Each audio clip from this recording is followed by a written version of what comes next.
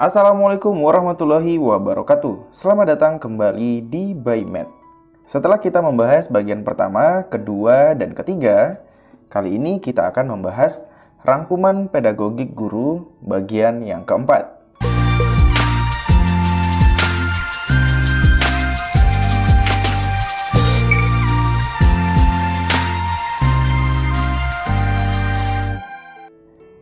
Yang pertama ada teori belajar, metode dan model pembelajaran, perkembangan peserta didik, kesulitan belajar, gaya belajar, media pembelajaran dan materi pembelajaran, penentuan kenaikan kelas dan kelulusan, penelitian tindakan kelas, umpan balik, dan taksonomi Bloom, serta taksonomi Krathwohl. Oke, langsung saja kita ke materi yang pertama, yaitu teori belajar. Teori belajar yang pertama ada behaviorisme, berdasarkan tingkah laku siswa dengan mengandalkan hasil, bukan proses. Hampir sama dengan tabula rasa. Apabila diberi stimulus berupa reward atau hukuman, maka perilaku berubah. Kelemahannya, tidak memandang proses, siswa tidak mandiri, siswa bergantung pada guru, dan siswa tidak inovatif. Behaviorisme, adanya perubahan stimulus. Penggagas teori yaitu ada Thorndike, Skinner, Pavlov, Gardner, dan Bandura. Kemudian yang kedua, kognitivisme. Siswa memiliki modal awal atau pengetahuan awal, siswa tidak blank atau tidak kosong, guru mengaitkan mata pelajaran dengan pengetahuan awal siswa atau pengetahuan lama. Tahapnya asimilasi, yaitu gabungan materi baru dengan materi yang lama. Akomodasi atau penyesuaian, kemudian ekuilibrasi atau keseimbangan klop antara materi baru dengan materi lama. Kognitivisme, proses berpikir ilmiah. Penggagas teori, Vygotsky dan Brunner. Lalu teori yang ketiga, yaitu konstruktivisme. Siswa tidak memiliki modal awal atau masih kosong, guru mengajak anak untuk kreatif dengan mengkonstruksi sendiri. Kelebihannya, guru sebagai pembimbing sesuai kurikulum, fokus proses, melatih siswa untuk berpikir kreatif dan kritis, siswa mandiri. Konstruktivisme yaitu pengetahuan yang dibangun sedikit demi sedikit. Teori yang keempat, sibernetik, pembelajaran yang berkaitan dengan teknologi masa kini, online, atau internet. Humanisme, memanusiakan muridnya, guru sebagai fasilitator. Guru memberikan motivasi sebelum atau sesudah pembelajaran sesuai dengan topik. Humanisme atau humanistik mengarahkan siswa untuk berpikir induktif, mementingkan pengalaman, dan membutuhkan ketertiban secara aktif dalam proses pembelajaran. Humanistik pemahaman terhadap diri dan lingkungan. Yang keenam ada Gestalt, yaitu pembelajaran yang bermakna. Lalu classical conditioning, yaitu proses belajar diri seseorang adalah suatu proses akan berlangsung sebagai akibat dari terjadinya pengasosiasian. Ganjaran sebagai kondisi dan rangsangan sebagai stimulus yang mendahului ganjaran. Teori kognitionisme, adanya hubungan atau korelasi antara kesan yang ditangkap oleh panca indera atau stimulus dengan perbuatan atau respon, sehingga terdapat kesamaan antara proses belajar dalam diri hewan dan manusia. Insting merupakan pola tingkah laku yang bersifat turun-temurun. Tahap-tahap belajar, integrasi, siswa meninjau kembali atau meringkas, guru membantu sintesis. Yang kedua, orientasi. Siswa dapat tugas kompleks dan urut. Yang ketiga, eksplisitasi. Siswa menyatakan pandangan observasi dan guru membantu. Yang keempat, informasi. Guru dan siswa melakukan tanya jawab. Pembelajaran terpadu. Konsep yang merujuk pada pendekatan pembelajaran yang melibatkan beberapa mata pelajaran untuk memberikan pengalaman yang bermakna pada siswa, sehingga siswa akan memahami konsep-konsep yang mereka pelajari melalui pengalaman secara langsung dan dapat menghubungkannya dengan konsep lain yang sudah mereka pahami. Prinsip-prinsip pembelajaran. Yang pertama, peserta didik diposisikan sebagai subjek aktif dalam membangun pengetahuannya. Yang kedua, pembelajaran memanfaatkan beragam sumber belajar. Yang ketiga, pendekatan tekstual menuju proses sebagai penguatan penggunaan pendekatan ilmiah. Yang keempat, pembelajaran berbasis konten menuju pembelajaran berbasis kompetensi. Kemudian selanjutnya, pembelajaran menuju keterampilan aplikatif, bukan verbalisme. Materi yang kedua, yaitu metode pembelajaran dan model pembelajaran. Metode pembelajaran merupakan cara yang digunakan untuk mengimplementasikan rencana yang sudah disusun dalam bentuk kegiatan nyata dan praktis untuk mencapai tujuan pembelajaran. Contoh, ceramah, demonstrasi, diskusi, simulasi, laboratorium, pengalaman lapangan, brainstorming, debat, dan simposium. Teknik pembelajaran, cara yang dilakukan seseorang dalam mengimplementasikan suatu metode secara spesifik. Taktik pembelajaran, gaya seseorang dalam melaksanakan metode atau teknik pembelajaran tertentu yang sifatnya individual. Model pembelajaran, pendekatan, strategi, metode, teknik, dan taktik pembelajaran sudah terangkai menjadi satu kesatuan yang utuh atau bentuk pembelajaran yang tergambar dari awal sampai akhir yang disajikan secara khas oleh guru. Contoh model pembelajaran dan langkah-langkahnya. Yang pertama, pembelajaran berbasis masalah atau problem-based learning. Pembelajaran yang menggunakan masalah otentik atau sehari-hari yang terbuka untuk diselesaikan oleh siswa untuk mengembangkan keterampilan sosial, belajar mandiri. Pemilihan masalah berdasar kesesuaian KD. Tujuannya mengembangkan keterampilan dan menyelesaikan masalah, keterampilan berpikir, keterampilan sosial, belajar mandiri, dan membentuk atau memperoleh pengetahuan yang baru. Langkah-langkah PBL. Yang pertama, orientasi terhadap masalah. Yang kedua, organisasi belajar. Yang ketiga, menyelidiki individual atau kelompok. Yang keempat, pengembangan dan menyajikan hasil penyelesaian masalah. Yang kelima, analisis dan evaluasi proses penyelesaian masalah. Model pembelajaran yang kedua, pembelajaran berbasis project atau project-based learning. Kegiatan pembelajaran menggunakan project untuk menghasilkan produk. Tujuannya memperoleh pengetahuan dan keterampilan baru dalam pembelajaran, meningkatkan kemampuan peserta didik dalam pemecahan masalah, membuat peserta didik menjadi lebih aktif, mengembangkan dan meningkatkan keterampilan peserta didik dalam mengelola sumber, meningkatkan kolaborasi siswa. Project-based learning menggunakan proyek atau kegiatan sebagai media. Siswa melakukan eksplorasi, penilaian, interpretasi, sintesis, dan informasi untuk menghasilkan berbagai produk hasil belajar. Langkah-langkah project-based learning. Yang pertama, penentuan project.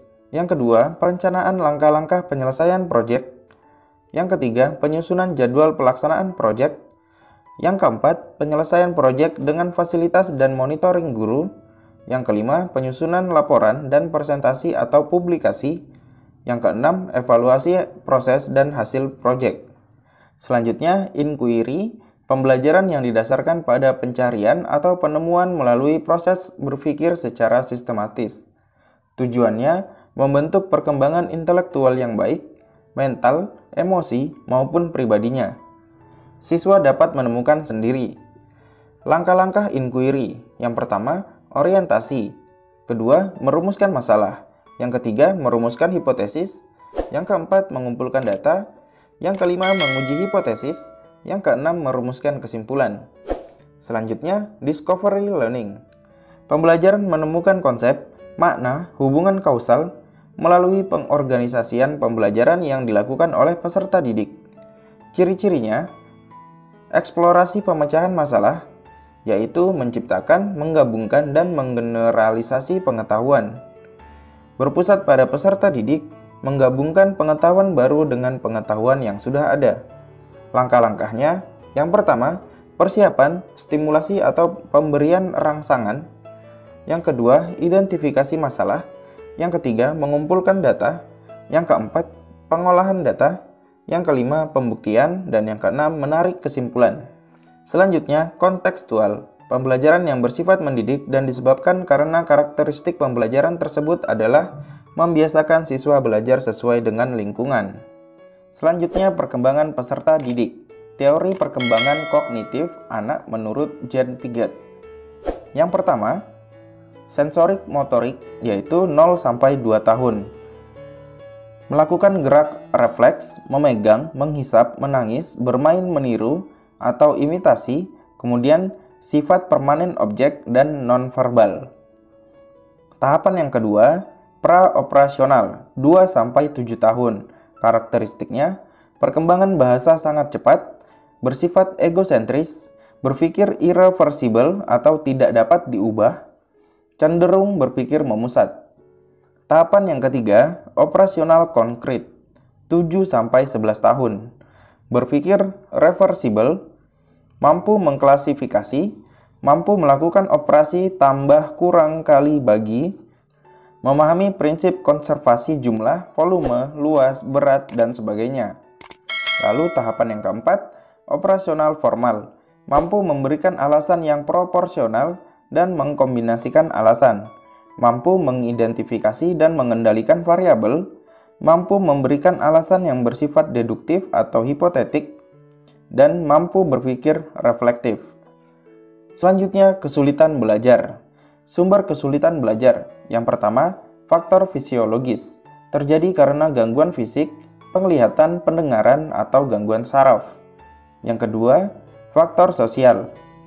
Lingkungan, keluarga, masyarakat, dan sekolah berpengaruh terhadap motivasi belajar siswa. Yang ketiga, faktor emosional. Siswa cepat emosi, mudah tersinggung, mudah marah. Kemudian, yang keempat, faktor intelektual. Siswa kurang berhasil menguasai konsep, prinsip, algoritma meskipun telah belajar menguasainya. Siswa susah memecahkan masalah terapan atau soal cerita. Lalu, faktor pedagogis. Kurang tepatnya guru mengelola pembelajaran dan menerapkan metodologi. Selanjutnya, gangguan simbolik, yaitu seorang peserta didik mampu mendengarkan informasi yang disampaikan oleh guru, tetapi saat ditanya ia tidak mengerti apa yang ia dengar. Teori operant conditioning dikembangkan oleh B.F. Skinner. Penyebab kegagalan dalam belajar diantaranya kekurangan tingkah laku, kesalahan penguatan, kesalahan memahami stimulus, dan merespon secara salah. Selanjutnya, gaya belajar dalam hal menyerap pelajaran. Yang pertama, impulsif, yaitu cepat-cepat mengambil keputusan tanpa memikirkan secara mendalam.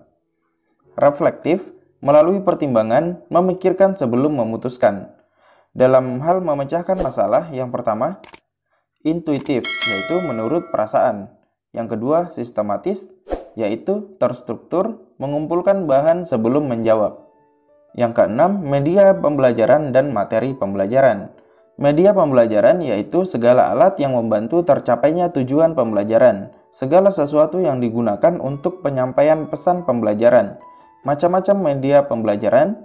Yang pertama, media teks, media berupa karakter huruf, bilangan yang disajikan dalam buku, papan tulis, dan lain sebagainya. Yang kedua, media audio, segala sesuatu yang dapat didengar. Misalnya, suara seseorang, musik, mesin, dan suara yang lainnya. Yang ketiga, media visual, terdiri dari bagan, gambar, diagram yang disajikan dalam buku atau papan tulis. Yang keempat, media bergerak, media yang berupa gambar bergerak, misalnya video film atau animasi. Selanjutnya, media manipulatif, benda 3 dimensi yang dapat disentuh dan digunakan dengan tangan oleh siswa.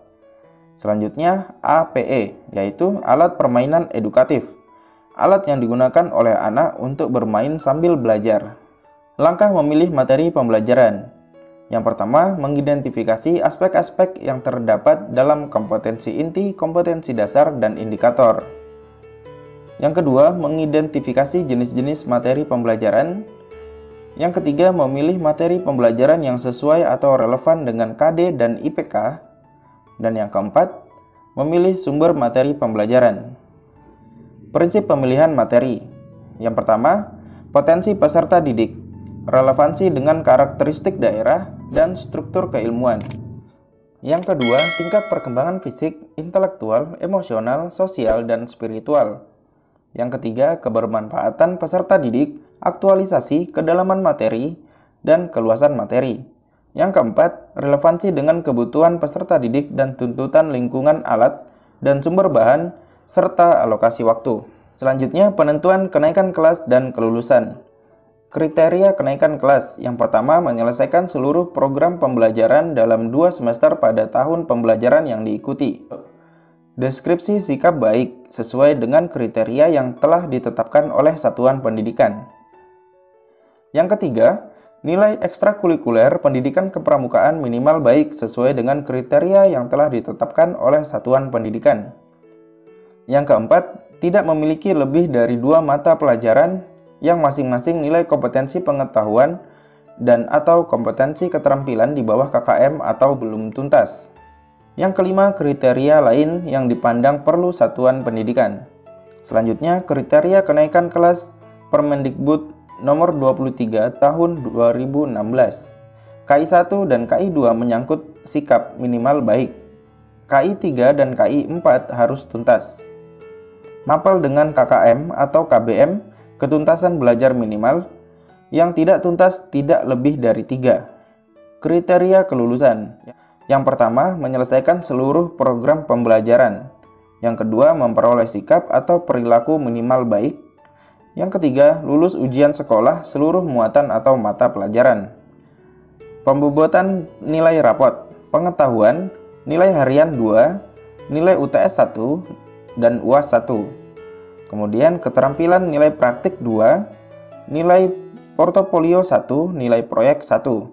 Lalu sikap, penilaian observasi 2, penilaian diri sendiri 1, penilaian antar teman 1, dan jurnal catatan guru 1. Selanjutnya, penelitian tindakan kelas atau PTK. Jenis penelitian tindakan kelas. Yang pertama, PTK diagnostik. Penelitian yang dirancang dengan menuntut peneliti ke arah suatu tindakan. Contoh, guru berupaya menangani perselisihan, pertengkaran, konflik yang dilakukan oleh siswa. Yang kedua, PTK partisipan. Peneliti terlibat langsung dalam proses penelitian, dari awal hingga akhir. Contohnya, guru menyusun laporan dari awal perencanaan, terlibat memantau, mencatat, mengumpulkan data, menganalisa, dan membuat laporan. Yang ketiga, PTK empiris. Merencanakan, mencatat pelaksanaan, dan mengevaluasi pelaksanaan dari luar arena kelas. Contohnya, kolaborasi antar guru. Kemudian yang keempat, PTK eksperimental. Peneliti menerapkan berbagai macam pendekatan, model, metode, atau strategi pembelajaran secara efektif dan efisien dalam proses pembelajaran. Langkah-langkah PTK, perencanaan atau formulasi, solusi, hipotesis tindakan, persiapan tindakan, analisis kelayakan hipotesis tindakan, membuat rencana perbaikan pembelajaran dan skenarionya. Pelaksanaan, observasi, refleksi. Alasan KTI makin banyak digunakan dalam PTK. Yang pertama, para guru memahami bahwa salah satu tujuan kegiatan pengembangan profesi adalah dilakukannya kegiatan nyata di kelasnya dan ditujukan untuk meningkatkan mutu proses dan hasil pembelajarannya. Yang kedua, kegiatan PTK dapat berupa pelaksanaan penelitian tindakan kelas di dalam kelas yang diyakini makin layak untuk menjadi prioritas pada kegiatan pembelajaran. Tindakan yang dapat dilakukan untuk meningkatkan mutu pembelajaran adalah dengan menguji atau menerapkan hal-hal baru dalam praktik pembelajarannya. Yang ketiga, banyak inovasi baru dalam pembelajaran, terutama dalam praktik pembelajaran, misalnya penerapan teori konstruktivisme dalam upaya mendukung pelaksanaan kurikulum, memerlukan verifikasi maupun penerapan dalam proses pembelajaran. Tahapan perkembangan moral menurut Kohlberg. Yang pertama, moralitas prakonvensional. Tahapnya yaitu ketaatan dan hukuman. Terjadi pada anak-anak, mematuhi aturan adalah hal penting untuk menghindari hukuman. Lalu individualisme dan pertukaran. Anak-anak menjelaskan sudut pandang individu dan menilai tindakan berdasarkan bagaimana mereka melayani kebutuhan individu. Selanjutnya, konvensional. Tahapannya, hubungan interpersonal difokuskan pada memenuhi harapan dan peran sosial. Menjaga ketertiban sosial, orang menganggap masyarakat secara keseluruhan ketika membuat penilaian. Pasca konvensional, kontrak sosial dan hak perorangan mulai memperhitungkan perbedaan nilai, pendapat, dan kepercayaan orang lain. Prinsip universal mengikuti prinsip keadilan. Materi yang selanjutnya yaitu umpan balik. Umpan balik salah satu upaya mengobservasi siswa berkaitan dengan bagaimana siswa melakukan aktivitas serta apa yang harus dilakukan guru untuk meningkatkan kemampuan siswa. Umpan balik perilaku guru untuk membantu setiap siswa yang mengalami kesulitan belajar secara individu dengan menanggapi hasil kerja siswa, sehingga lebih menguasai materi yang disampaikan guru. Manfaat umpan balik. Yang pertama, bagi guru, untuk mengambil keputusan apakah mata pelajaran yang telah dilaksanakan perlu diperbaiki atau dilanjutkan. Bagi siswa, untuk meningkatkan prestasi belajar secara konsisten. Keuntungan umpan balik. Yang pertama, mendorong siswa untuk terus berlatih. Yang kedua, mencerminkan perilaku guru yang efektif. Yang ketiga, membantu siswa untuk menilai penampilan atau kemampuan yang tidak bisa dilihat atau dirasakannya sendiri. Yang keempat, mendorong guru untuk menilai seberapa relevansi antara aspek-aspek pembelajaran dengan tingkat kemampuan siswa dalam menguasai tugas gerak atau bahan ajar seperti yang diinginkan oleh guru. Fungsi umpan balik. Yang pertama, memberikan motivasi. Yang kedua, reinforcement atau punishment. Pemberian penguatan atas kejadian atau aktivitas yang telah dilaksanakan sehingga aktivitas tersebut tetap mampu dipertahankan atau memberikan respon yang serupa. Dan pada aktivitas berikutnya dapat meningkat lagi. Reinforcement diberikan berupa reward atau hukuman. Jenis-jenis umpan balik. Yang pertama, general dan specific feedback. Berkaitan dengan tingkah laku siswa atau pakaian yang digunakan. Digunakan untuk mendorong siswa terus belajar dan mencoba. Specific feedback, informasi yang menyebabkan siswa mengetahui apa yang harus dilakukan dan mengetahui bagaimana seharusnya siswa melakukan tugas. Yang kedua, congruent and incongruent feedback. Umpan balik yang terfokus pada aktivitas belajar yang sedang dipelajari siswa. Yang ketiga, simple feedback. Umpan balik yang hanya terfokus pada satu komponen keterampilan pada satu saat. Berisi kata kunci yang menggambarkan aktivitas penyempurnaan dan diulang-ulang. Yang keempat, positif, netral, dan negatif feedback. Sering dijumpai pada pembelajaran praktik lapangan dan lebih mudah dilakukan oleh guru. Positif, yaitu ungkapan kata-kata positif, bagus, menyenangkan, pintar, menarik, dan hebat. Netral, umpan balik yang tidak merujuk secara khusus kepada siswa yang melakukan kesalahan, tetapi secara netral mengingatkan kepada seluruh siswa yang sedang melakukan tugas. Sedangkan negatif, yaitu lawan dari umpan positif. Pemberian umpan balik memperhatikan, yang pertama, usia siswa, terkait dengan perkembangan moral. Lalu motivasi intrinsik dan ekstrinsik siswa. Selanjutnya, prinsip umpan balik. Yang pertama, umpan balik harus ditawarkan dan bukan dipaksakan. Yang kedua, umpan balik harus bersifat deskriptif dan bukan evaluatif. Yang ketiga, umpan balik harus bersifat spesifik dan berhubungan dengan tingkah laku yang harus diubah.